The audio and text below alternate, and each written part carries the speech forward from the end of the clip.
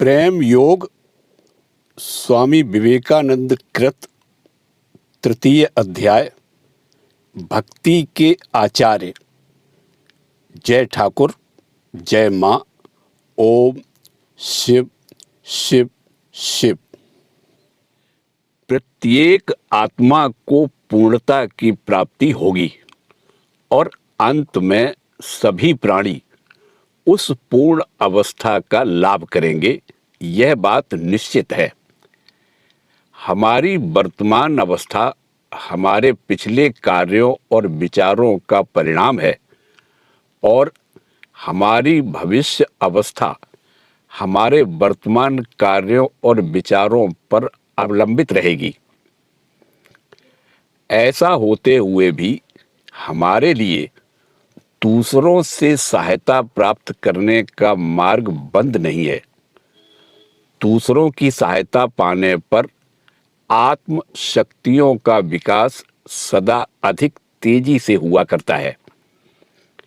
यहाँ तक कि संसार में अधिकांश मनुष्यों को दूसरों की सहायता की प्रायः अनिवार्य रूप से आवश्यकता हुआ करती है, अर्थात दूसरों की सहायता के बिना उनकी उन्नति हो ही नहीं सकती।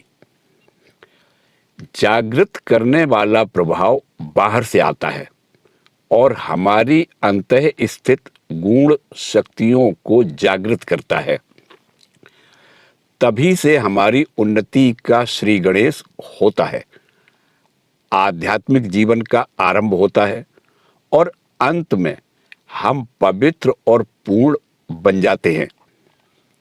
यह जगाने वाली शक्ति जो बाहर से आती है वह हमें पुस्तकों से प्राप्त नहीं हो सकती।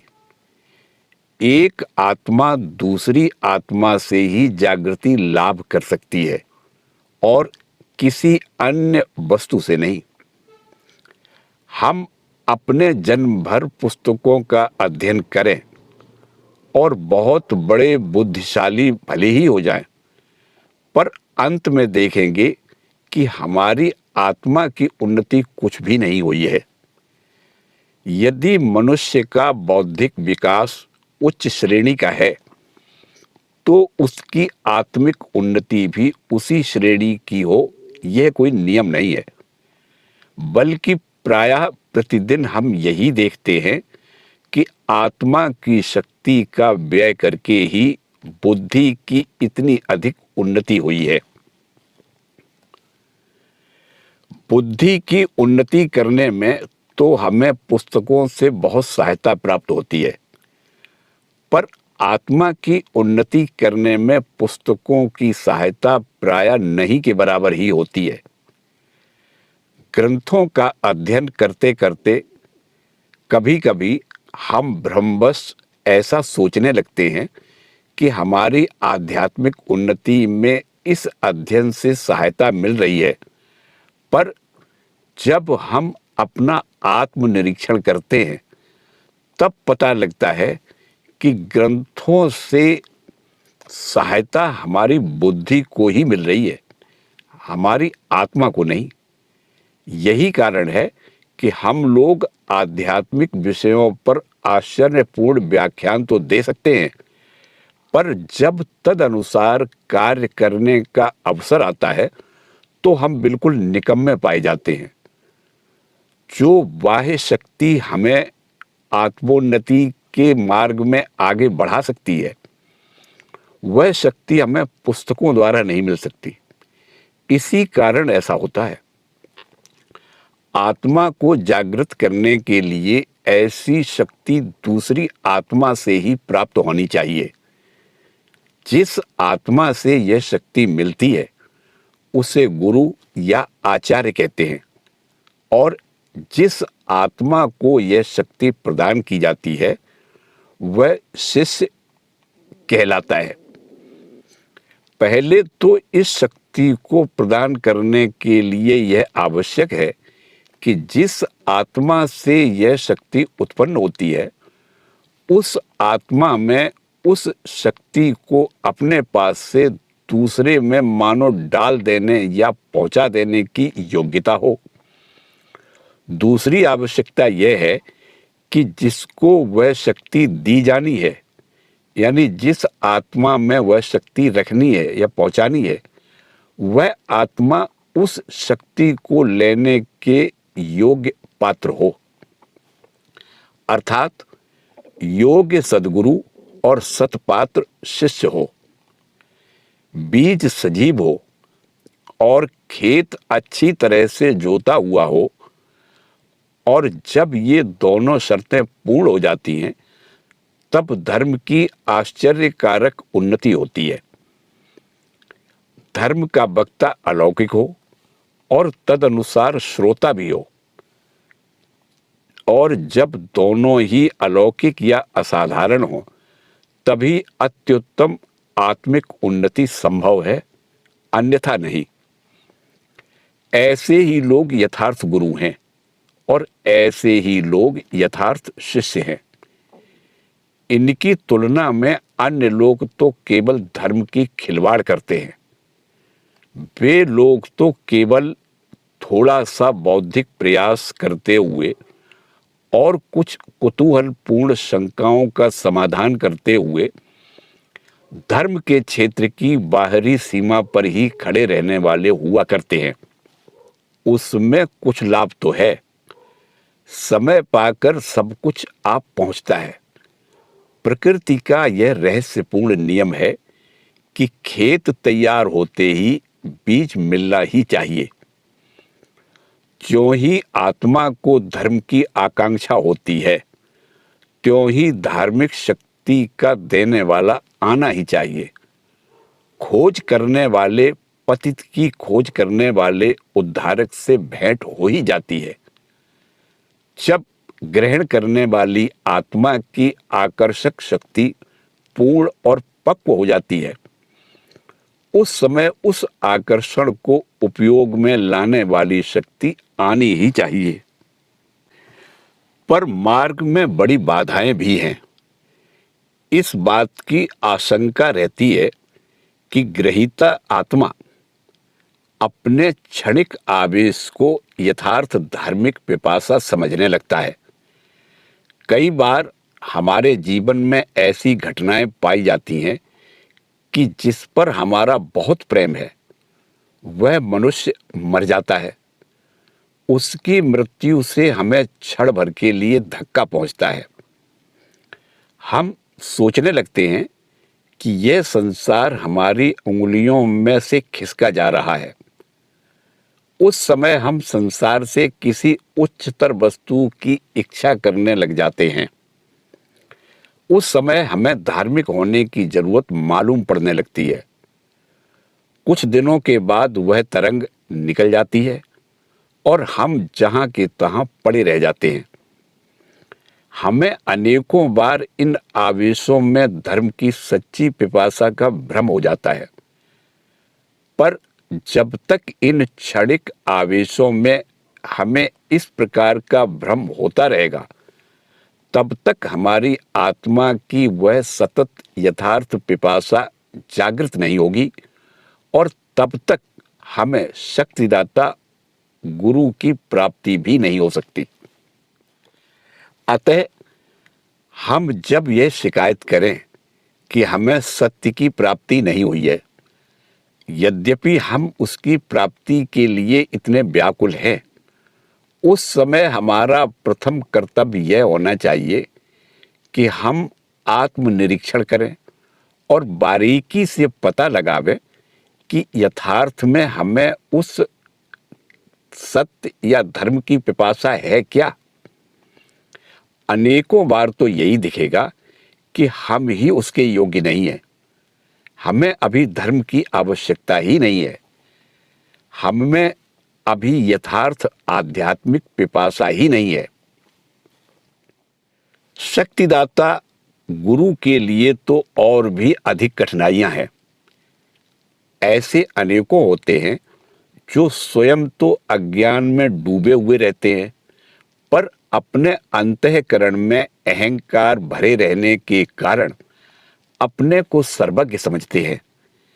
इतना ही नहीं, वे दूसरों का भार अपने कंधे पर उठाना चाहते हैं, और जैसे अंधे को अंधा राह दिखावे, उस तरह दोनों ही गड्ढे में जा गिरते हैं। संसार में ऐसों की ही भरमार है। हर कोई गुरु होना चाहता है। प्रत्येक भिखारी लक्ष्य मुद्रा का दान करना चाहता है। इस तरह ऐसे भिखारी जैसे हंसी के योग्य होते हैं, उसी प्रकार ये गुरु भी उपहास के पात्र हैं। तब गुरु की पहचान हमें कैसे हो? प्रथम तो सूर्य को दिखाने के लिए मशाल या दीपक की आवश्यकता नहीं होती। सूरज को देखने के लिए हम मोमबत्ती नहीं जलाते। सूर्य का उदय होते ही उसके उदय होने का ज्ञान हमें स्वभावतः ही हो जाया करता है। उसी प्रकार जब हमें सहायता देने के लिए किसी जगत गुरु का आगमन होता है, तब आत्मा को अपने स्वभाव से ही ऐसा ज्ञान होने लगता है कि उसे सत्य का पता लग गया है। सत्य स्वयं सिद्ध होता है। उसे सिद्ध करने के लिए किसी अन्य प्रमाण की आवश्यकता नहीं हुआ करती। सत्य तो स्वयं प्रकाशवान होता है। वह हमारी प्रकृति के अंतरतम गुहाओं तक को भेद लेता है और सारी सृष्टि चिल्ला उठती है कि यह सत्य है। अति महान आचार्य ऐसे होते हैं, पर हम तो इनकी अपेक्षा छोटे आचार्यों से भी सहायता पा सकते हैं। और जिनके पास से हम दीक्षा लेना चाहते हैं या जिन्हें हम गुरु बनाना चाहते हैं, उनके विषय में ठीक या उचित राय कायम कर सकने के लिए पर्याप्त अंतःशक्ति हम में सदा नहीं होती। इस कारण कुछ कसौटी की जरूरत है। शिष्य में कुछ लक्षणों का रहना आवश्यक है। उसी तरह गुरु में भी कुछ लक्षण चाहिए। पवित्रता, यथार्थ ज्ञान पिपासा और उद्योगशीलता, ये लक्षण शिष्य में अवश्य हों। अपवित्र आत्मा कभी धार्मिक नहीं हो सकती। सबसे बड़ी आवश्यकता इसी पवित्रता की है। सब प्रकार की पवित्रता नितांत आवश्यक है। दूसरी जरूरत इस बात की है कि शिष्य को ज्ञान प्राप्ति की यथार्थ पिपासा हो। प्रश्न यही है कि चाहता कौन है? हमें जो चाहिए सो मिलता है। यही पुराना नियम है, जो खोजे सो पावे। धर्म की आकांक्षा हो, यह बड़ी कठिन बात है। इसे हम साधारणतः जितना सरल समझते हैं, उतना सरल नहीं है। इस पर हम यह तो भूल ही जाया करते हैं कि कथाएं सुनना या पुस्तकें पढ़ना धर्म नहीं है। धर्म तो एक सतत युद्ध है। स्वयं अपनी प्रकृति का दमन करते रहना। जब तक उस पर विजय प्राप्त न हो जाए, तब तक निरंतर लड़ते रहने का नाम धर्म है। यह 1 या 2 दिनों, कुछ वर्षों या कुछ जन्मों का प्रश्न नहीं है। इसमें तो सैकड़ों जन्म बीत जाएं, तो भी हमें इसके लिए तैयार रहना चाहिए। संभव है हमें अपनी प्रकृति पर तुरंत ही विजय मिल जाए, या संभव है सैकड़ों जन्म तक हमें यह विजय प्राप्त ना हो, पर हमें उसके लिए तैयार रहना आवश्यक है। जो शिष्य इस दृढ़ धारणा के साथ अग्रसर होता है, उसकी सफलता अवश्यंभावी है। गुरु में पहले तो हमें यह देखना चाहिए कि वे शास्त्रों के मर्म को जानते हों। सारा संसार बाइबल, वेद, कुरान और इन सब धर्म शास्त्रों को पढ़ा करता है, पर ये सब तो केवल शब्द समूह, व्याकरण के नियम, सूत्रों द्वारा संगठित वाक्य रचना, शब्द रचना और शब्द शास्त्र ही हैं। ये तो धर्म की सूखी नीरस अस्थियां मात्र हैं। गुरु चाहे किसी ग्रंथ का काल निर्णय कर ले, पर शब्द तो वस्तुओं की बाहरी आकृति मात्र है। जो शब्दों की ही उलझन में अधिक पड़े रहते हैं और अपने मन को शब्दों की शक्ति में ही दौड़ाया करते हैं, वे भाव को खो बैठते हैं। इसीलिए गुरु को धर्मशास्त्रों के मर्म को जानना आवश्यक है। शब्दों का जाल तो बड़े जंगल के समान है, जहां मनुष्य का मन रास्ता भूल जाता है और बाहर निकलने का मार्ग नहीं पाता। शब्द योजना की विभिन्न रीतियां, सुंदर भाषा बोलने की विभिन्न शैलियां, शास्त्रों के अर्थ समझाने के अनेकों प्रकार, ये सब विद्वानों के आनंद भोग की वस्तुएं हैं। इनसे किसी को मुक्ति नहीं मिल सकती।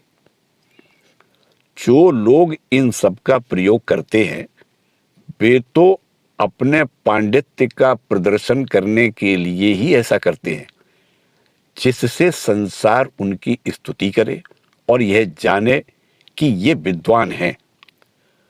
तुम देखोगे कि संसार के किसी भी महान आचार्य ने शास्त्र के वाक्यों के अनेक अर्थ नहीं किए।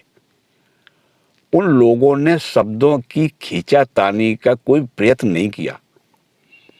उन्होंने यह नहीं कहा कि इस शब्द का अर्थ ऐसा है और इस शब्द और इस शब्द के बीच इस तरह का संबंध है। संसार में जितने महान आचार्य हुए हैं, उनका चरित्र अध्ययन करो। किसी भी आचार्य ने इस मार्ग का अवलंबन नहीं किया।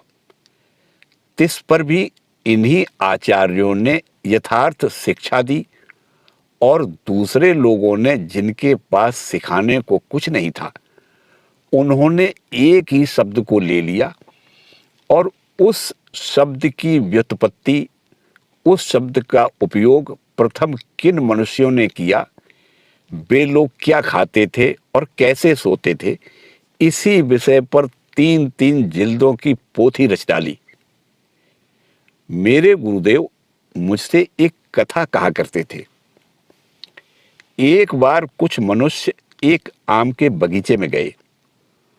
उनमें से बहुतेरे तो आम के झाड़ों की पत्तियां गिनने लगे, पत्तों के रंग जांचने लगे, शाखाओं की मोटाई नापने लगे, उनकी संख्या गिनने लगे, इत्यादि में लगे रहे।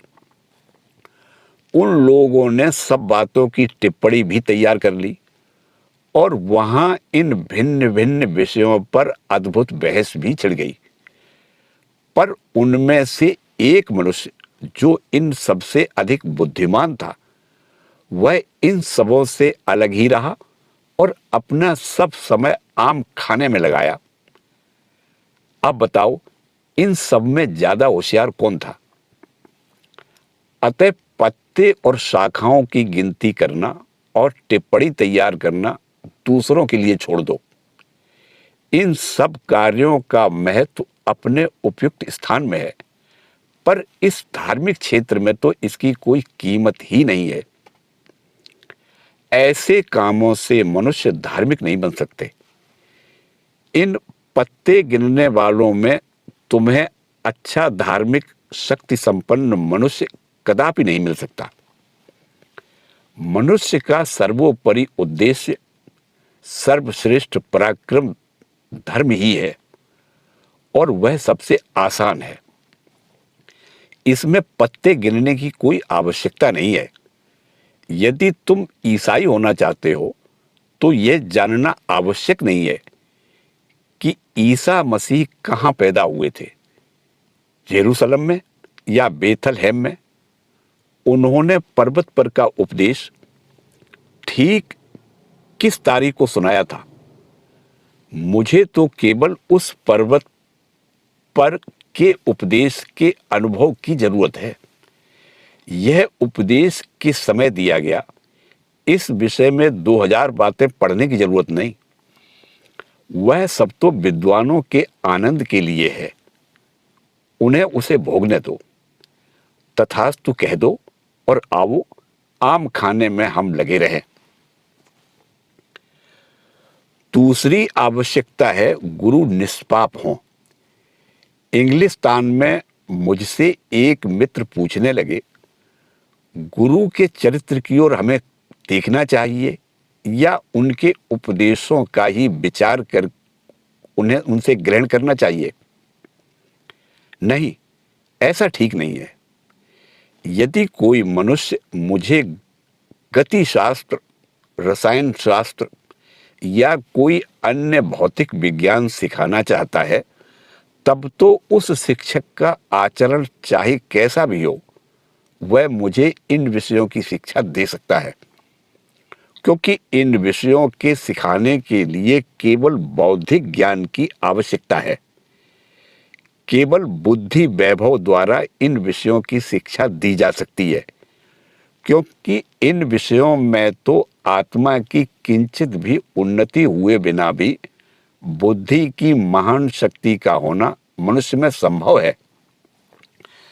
पर आध्यात्मिक विज्ञान के संबंध में तो आदि से अंत तक कभी भी यह संभव नहीं कि अपवित्र आत्मा में धर्म की ज्योति का प्रकाश रहे। ऐसी अवस्था में वह सिखलाएगा ही क्या? वह तो कुछ जानता ही नहीं। पवित्रता ही आध्यात्मिक सत्य है। पवित्र हृदय वाले ही धन्य हैं, क्योंकि वे ही ईश्वर का दर्शन करेंगे। इस एक वाक्य में सब धर्मों का निचोड़ है।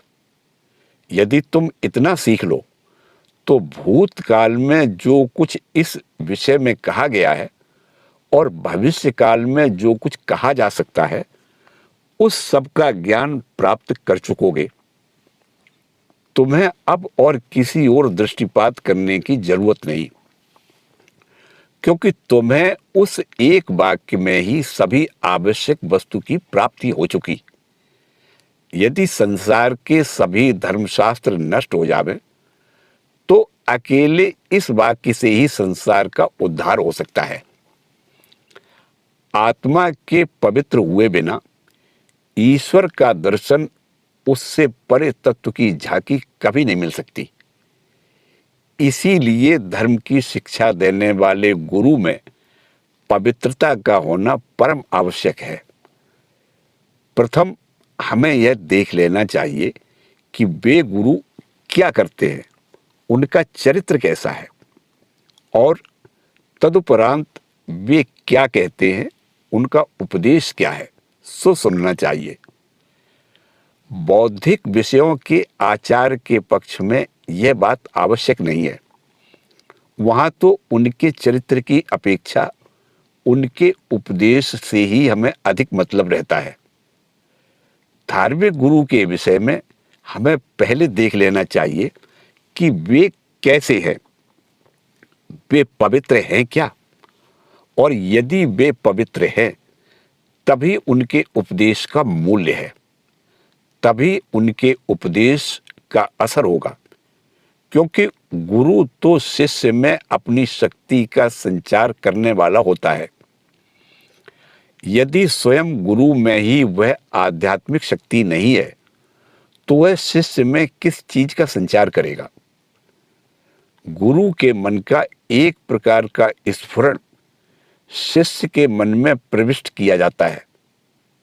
उपमा द्वारा देखिए, यदि गर्मी पहुंचाने वाला पदार्थ स्वयं गर्म हो, तब तो वह गर्मी की शक्ति दूसरे पदार्थ में पहुंचा सकेगा, अन्यथा नहीं।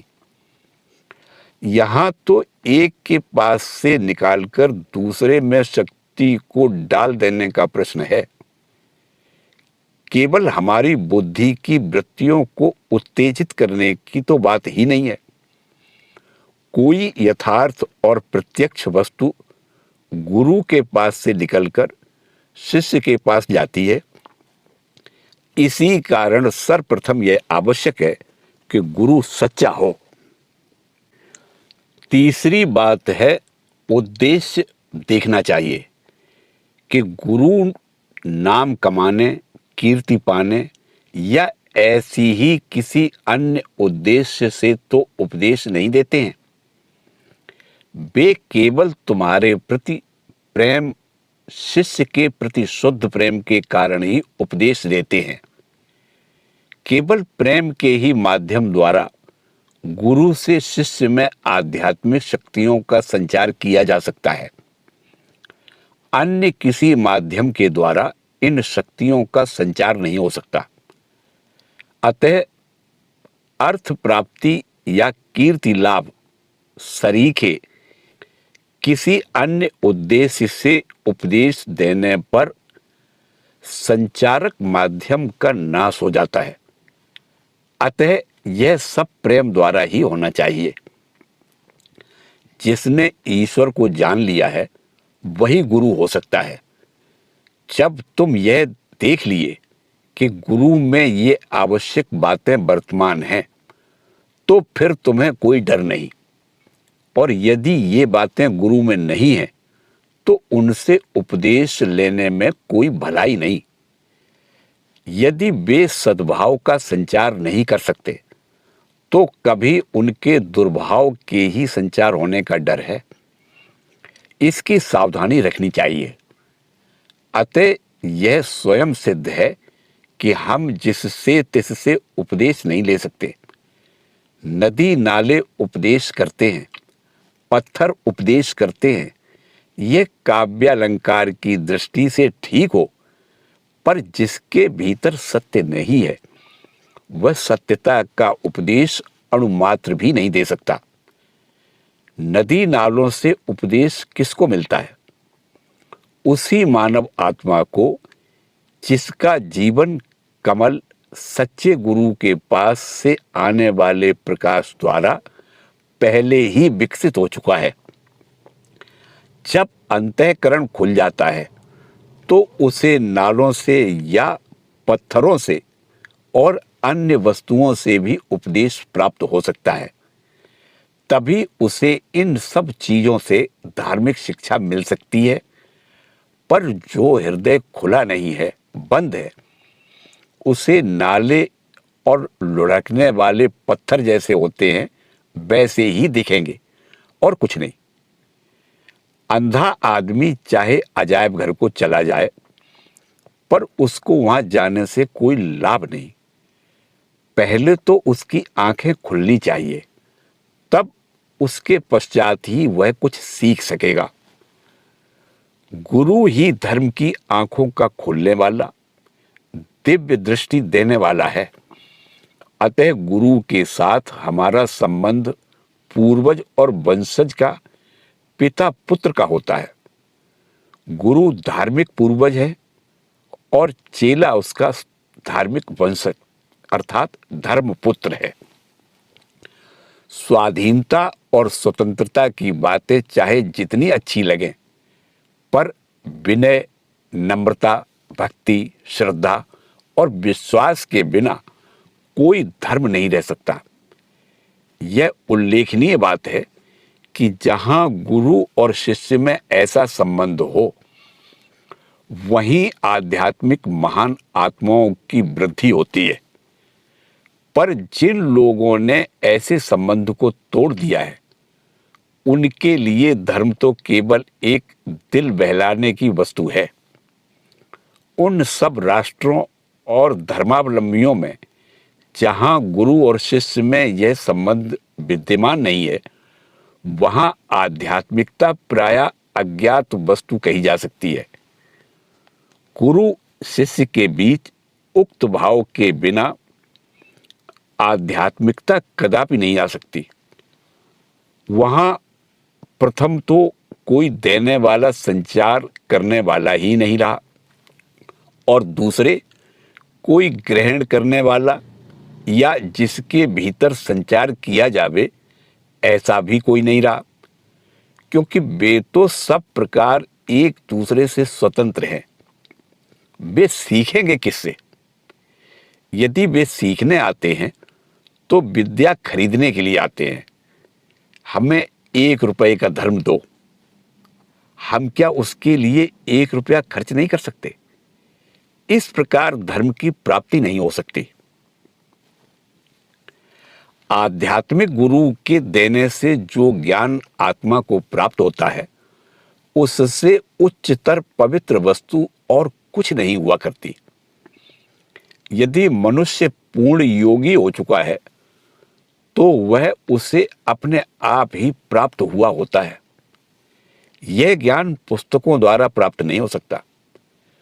तुम अपना सिर दुनिया के चारों कोनों में, हिमालय, आल्पस, काकेशस पर्वत या गोबी या सहारा की मरुभूमि या समुद्र की तली में जाकर पटको, पर बिना गुरु मिले तुम्हें वह ज्ञान प्राप्त नहीं हो सकता। गुरु की खोज करो, बालकवत उनकी सेवा करो, उनका प्रसाद ग्रहण करने को अपना हृदय खोल रखो, उनमें परमात्मा के स्वरूप का दर्शन करो। हमारा ध्यान गुरु की ओर, उन्हें ईश्वर का सर्वश्रेष्ठ स्वरूप समझकर बना रहे, और जैसे ही उनमें हमारी यह ध्यान शक्ति एकाग्र होगी, ज्यों ही गुरु के मानव रूप का चित्र विलीन हो जाएगा, मानव शरीर का लोप हो जाएगा और यथार्थ ईश्वर ही वहां शेष रह जाएगा।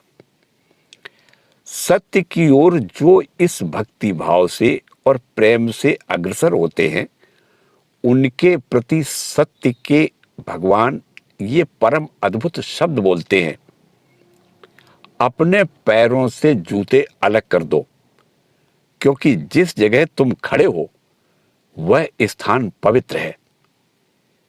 जिस स्थान में उस भगवान का नाम लिया जाता है वह स्थान पवित्र है। तब जो मनुष्य उसी का नाम लेता है वह कितना अधिक पवित्र होगा।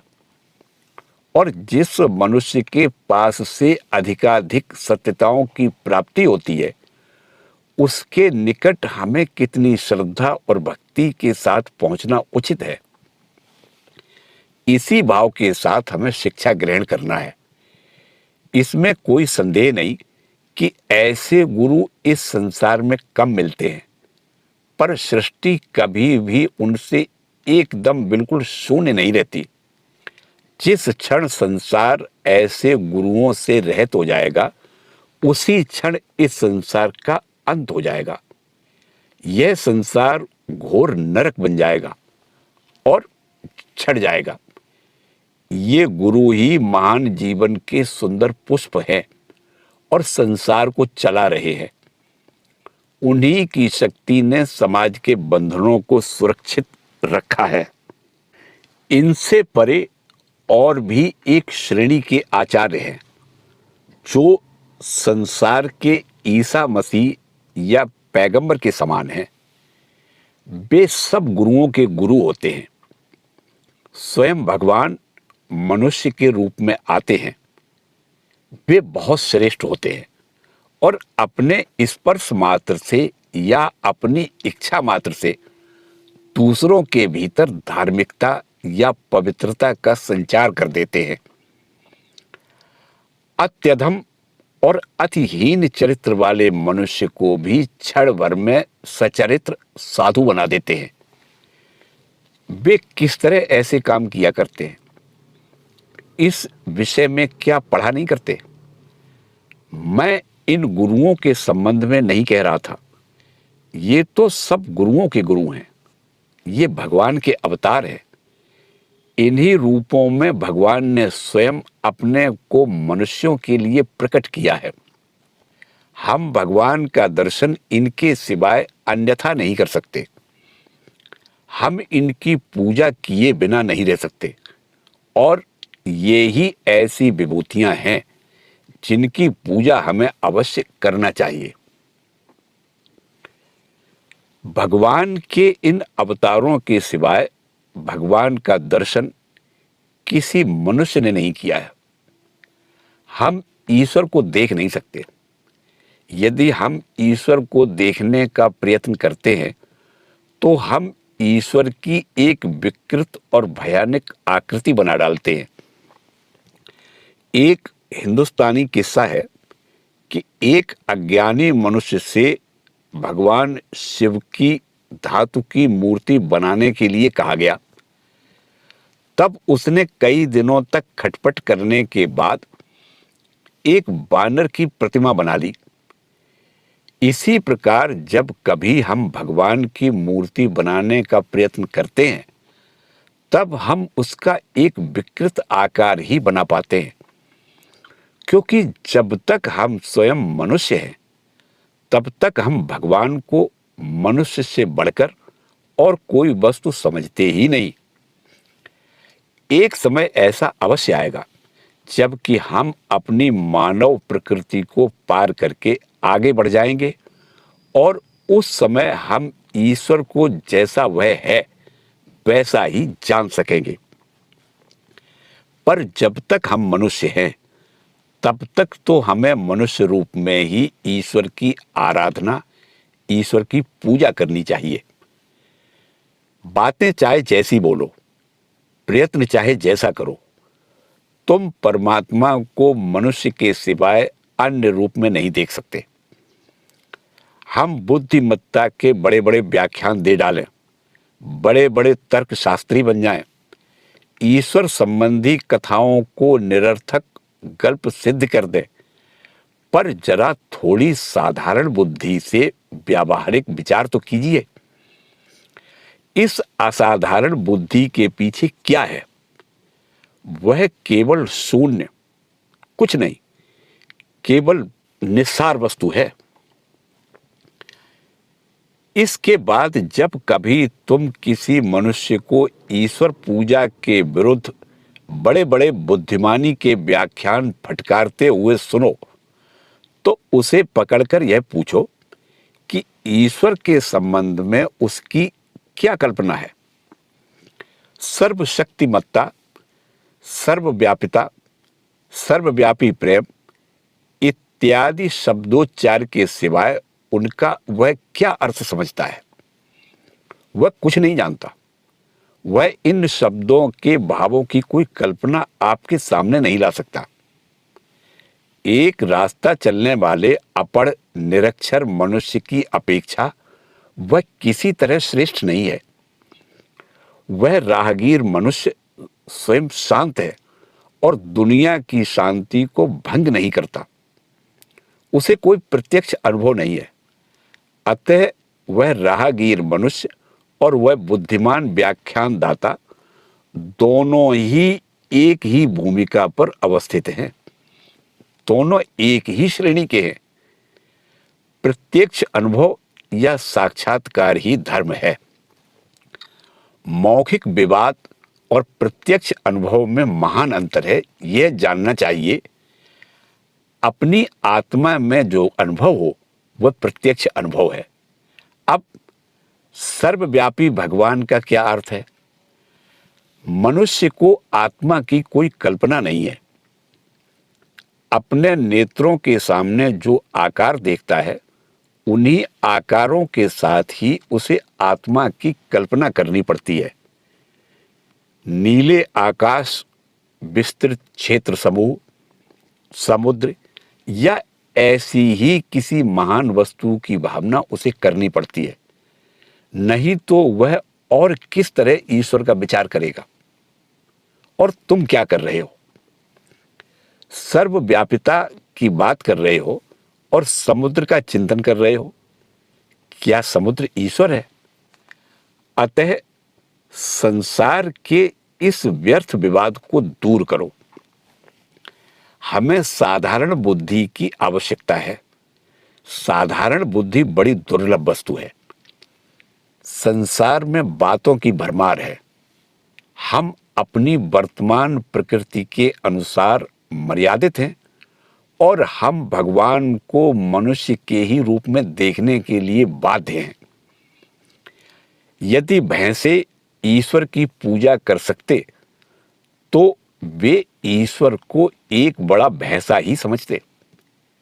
यदि मछली ईश्वर की पूजा करना चाहती है तो वह ईश्वर को एक बड़ी मछली के आकार का समझेगी, और यदि मनुष्य ईश्वर पूजा करना चाहता है तो उसे ईश्वर को मनुष्य ही मानना पड़ेगा।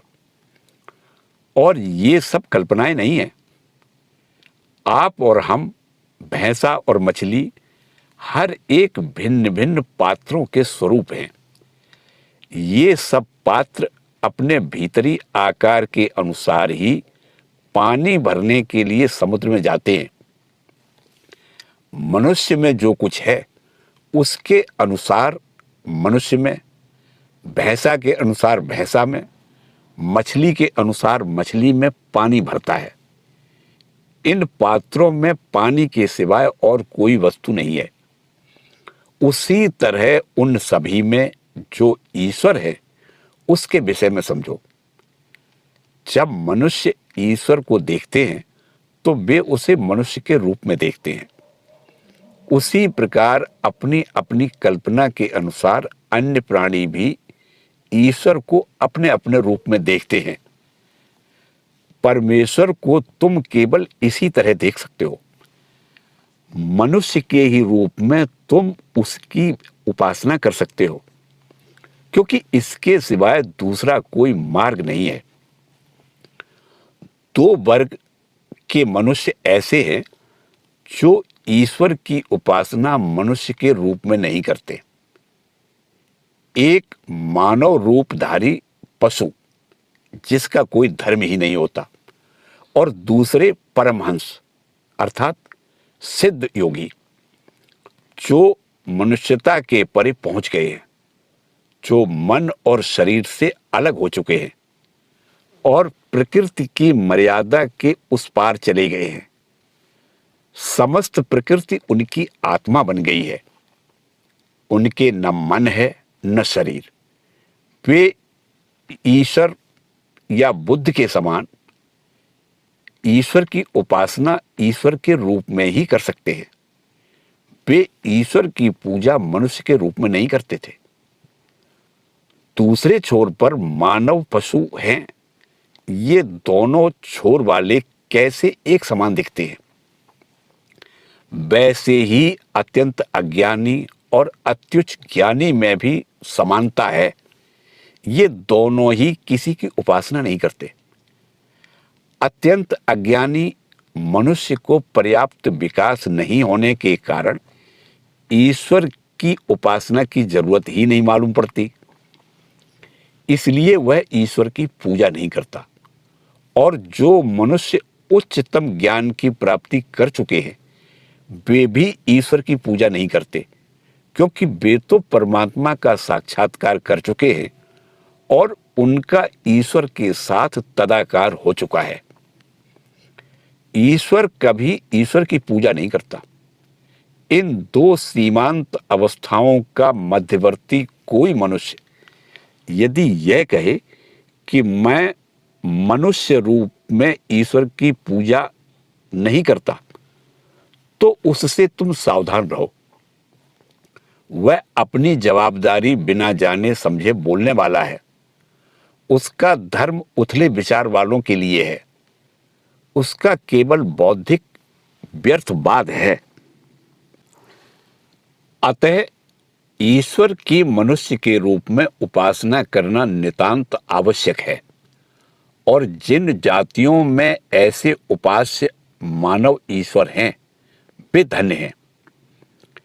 क्रिस्तानों में क्राइस्ट के रूप में ऐसे मानव रूपधारी ईश्वर हैं।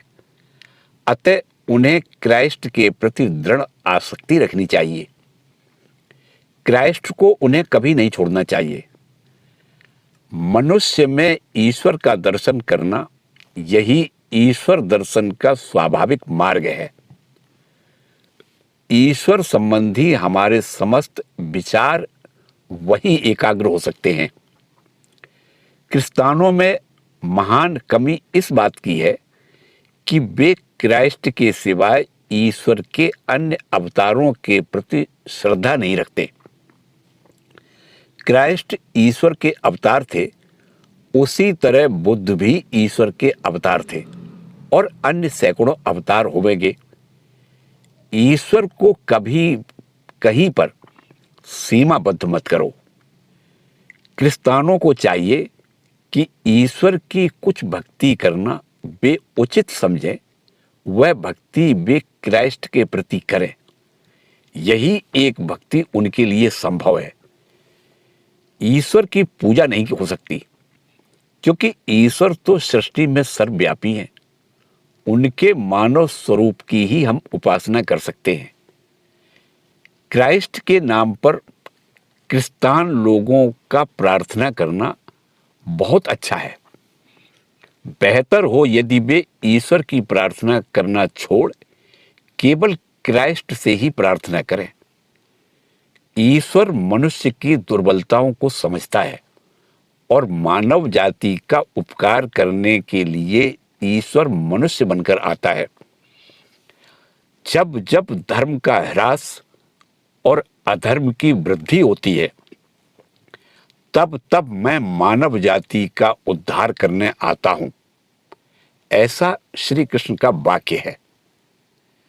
अज्ञानी जन यह न जानकर कि मैं सृष्टि का सर्वशक्तिमान और सर्वव्यापी ईश्वर यह मानव रूप धारण किया हूं, मेरी अवहेलना करते हैं और आश्चर्य करते हैं कि यह कैसे संभव है। उनका मन आसुरी ज्ञान से आच्छादित है, इसीलिए वे उस मानव रूप ईश्वर में सृष्टि के स्वामी ईश्वर का दर्शन नहीं कर पाते। ईश्वर के महान अवतार पूजनीय हैं। यही नहीं, पूजा तो केवल इन्हीं की हो सकती है, और इनके जन्म के दिनों और संसार को छोड़कर जाने के दिनों को हमें विशेष पूजनीय मानना चाहिए। क्राइस्ट की पूजा करने में मैं उनकी पूजा ठीक उसी तरह करूंगा जैसे कि वे ईश्वर की पूजा कराना चाहते थे। उनके जन्म के दिन मैं दावत की मौज उड़ाने के बदले प्रार्थना और उपासना द्वारा उनकी पूजा करूंगा। जब हम इन अवतारों का, महान विभूतियों का चिंतन करते हैं, तब ये हमारी आत्माओं के भीतर प्रकट होते हैं और हमें अपने समान बना देते हैं। हमारी संपूर्ण प्रकृति बदल जाती है और उनके समान हो जाती है। पर तुम क्राइस्ट और बुद्ध को वायु में उड़ने वाले भूत प्रेतों और उसी तरह अन्य अज्ञान कल्पित जंतुओं के साथ एक मत समझ लेना। शांतम पापम। क्राइस्ट भूत दल के साथ नाचने आता है। मैंने यह ढोंग इस देश में ही देखा है। परमात्मा के ये अवतार इस तरह नहीं आया करते। किसी भी अवतार के स्पर्श मात्र से मनुष्य में कई प्रकार का प्रभाव पड़ता है। जब क्राइस्ट का स्पर्श होगा तो मनुष्य की समग्र आत्मा परिवर्तित हो जाएगी और वह मनुष्य बदलकर क्राइस्ट जैसा ही बन जाएगा। उसका सारा जीवन आध्यात्मिक बन जाएगा और उसके शरीर के रोम रोम से आध्यात्मिक शक्ति निकलने लगेगी।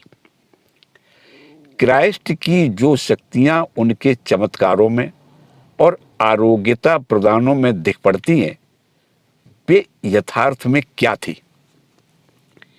ये तो तुच्छ, गंवारी, असंस्कृत, त्याज्य चीजें थी, जिन्हें किए बिना वे नहीं रह सकते थे, क्योंकि वे असंस्कृत प्राणियों के बीच रहते थे। ये चमत्कार पूर्ण कृत्य कहाँ किए गए? यहूदी लोगों के बीच, और यहूदी लोग उनको रखना नहीं चाहते थे। और ऐसे चमत्कार कहाँ नहीं किए गए? यूरोप में। ये चमत्कार तो यहूदियों के पास गए जिन्होंने क्राइस्ट का परित्याग किया, और उनके पर्वत पर का उपदेश यूरोप को गया जिसने क्राइस्ट को अपनाया। मानव आत्मा ने जो सत्य या उसका ग्रहण किया और जो मिथ्या था उसका त्याग किया। क्राइस्ट की महान शक्ति उनके चमत्कारों में, उनके आरोग्य देने में नहीं है। यह तो कोई अज्ञानी भी कर सकता है। अज्ञानी दूसरों को आराम कर सकते हैं, असुर भी दूसरों के रोग को भगा सकते हैं। मैंने भयानक आसुरी मनुष्यों को अद्भुत चमत्कार करते देखा है। ऐसे लोग मिट्टी से फल बना डालते हैं। मैंने मूर्खों को और आसुरी मनुष्यों को भूत, वर्तमान और भविष्य की बातें बताते देखा है। मैंने मूर्खों को एक दृष्टिपात द्वारा इच्छा शक्ति से बड़े भयानक रोगों को आराम करते देखा है। सचमुच ये शक्तियां तो हैं, पर बहुधा ये शक्तियां आसुरी शक्तियां हुआ करती हैं। इसके सिवाय एक दूसरी शक्ति है जो क्राइस्ट की आध्यात्मिक शक्ति है। वह जीवित रहेगी और सदा जीवित रहती आई है। वह है सर्वशक्तिशाली, सबको अपनाने वाला प्रेम। वैसे ही उन्होंने जो सत्य के शब्दों का उपदेश दिया, वे शब्द भी सदा जीवित रहेंगे। उनका अपनी एक नजर से मनुष्यों को निरोग करना विस्मृत हो सकता है, पर जिनका अंतःकरण पवित्र है वे धन्य हैं। यह उनकी उक्ति कभी नहीं भुलाई जा सकती। यह उक्ति आज भी जीवित है। यह शब्द समूह शक्ति का महान अक्षय भंडार है, जो तब तक खाली नहीं हो सकता जब तक मनुष्य का मन कायम रहेगा। जब तक ईश्वर के नाम को भूलेंगे नहीं, तब तक ये शब्द प्रचलित ही रहेंगे और उनका कभी अंत नहीं होगा। शक्ति की इन्हीं बातों को यीशु ने सिखाया और यही शक्तियां उनके पास थी। उनकी शक्ति पवित्रता की शक्ति थी और वह थी यथार्थ शक्ति। अतः हमें क्राइस्ट की उपासना, उनसे प्रार्थना करते समय सदा स्मरण रखना चाहिए कि हम किस वस्तु की इच्छा कर रहे हैं। चमत्कार दिखलाने की उन मूर्खतापूर्ण वस्तुओं को हम नहीं चाहते, वरन आत्मा की उन अद्भुत शक्तियों की हम आकांक्षा करते हैं, जो मनुष्य को स्वतंत्र बना देती है, उसे समग्र प्रकृति पर अधिकार प्राप्त करा देती है और उसे दासत्व की श्रृंखला से छुड़ाकर ईश्वर का दर्शन करा देती है। जय ठाकुर, जय माँ।